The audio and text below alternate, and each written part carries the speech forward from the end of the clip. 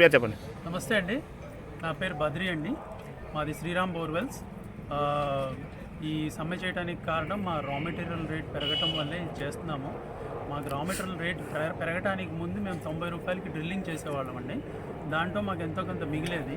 ఇప్పుడు యాక్చువల్లీ మా పెరిగిన కాస్ట్ వల్ల బిట్ ఏదైతే ఉందో 20,000ది 60,000 అవటం వల్ల మాకు అది కాస్ట్, మాకు పడే కాస్ట్ దగ్గర 170 రూపాయలకి వెళ్ళిపోయింది అనమాట.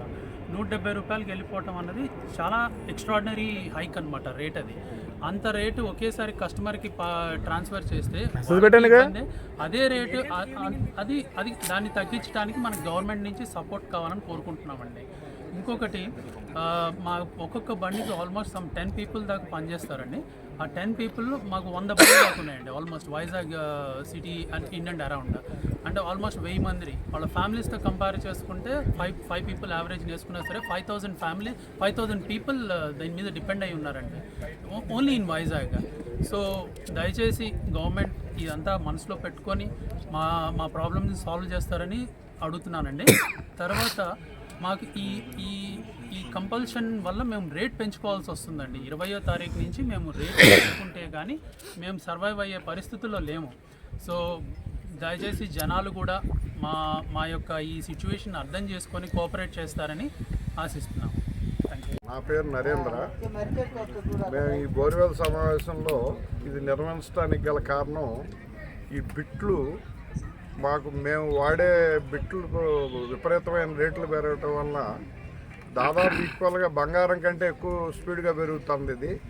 కానీ మేము ఇప్పుడు ఉన్న పరిస్థితుల్లో కస్టమర్ని రీచ్ అవ్వాలంటే, ఆ రేటు రీచ్ అవ్వాలంటే చాలా కష్టంగా ఉంది.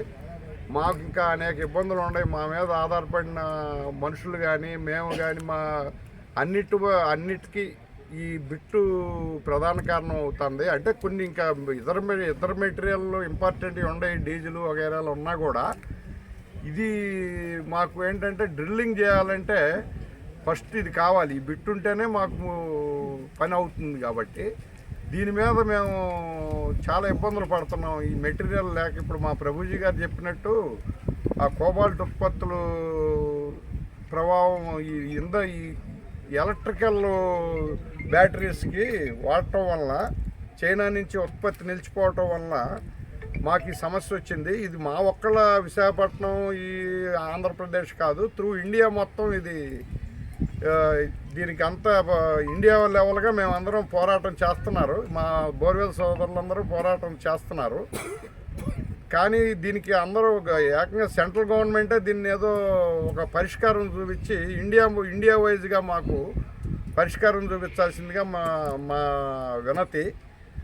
అయితే ఇప్పుడు ఏంటంటే మాకు ఇక్కడ వచ్చిన సమస్య ఏంటంటే, ఇప్పుడు సడన్గా అసలు దీన్ని ఇంత హైక్ చేయాలంటే మాకే కొంచెం ఇబ్బందిగా ఉంది. ఏది రైతులుగా అసలు రైతులు అనేవాళ్ళు ఎంత ఇబ్బంది పడతారు. చిన్న మా ప్రభుజీ గారు చెప్పినట్టు చిన్న ఇప్పుడు 100 గజాలు 50 గజాల్లో వాళ్ళు కూడా బోర్ వేసుకోవాల్సిన పరిస్థితి వచ్చింది. వాళ్ళు ఎంత ఇబ్బంది పడతారు.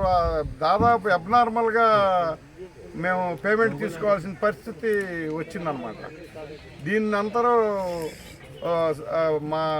మన ప్రభుత్వం తరఫున మాకు ఎంతో కొంత సహకరించి దీని ఉత్పత్తులు వ్యయం తగ్గించి, మా కొనుగోలు రేటు తగ్గించేస్తే మేము కూడా కస్టమర్కి మేము సర్వీస్ చేయగలమని మేము ఇది చేస్తాం. ఇంతటితో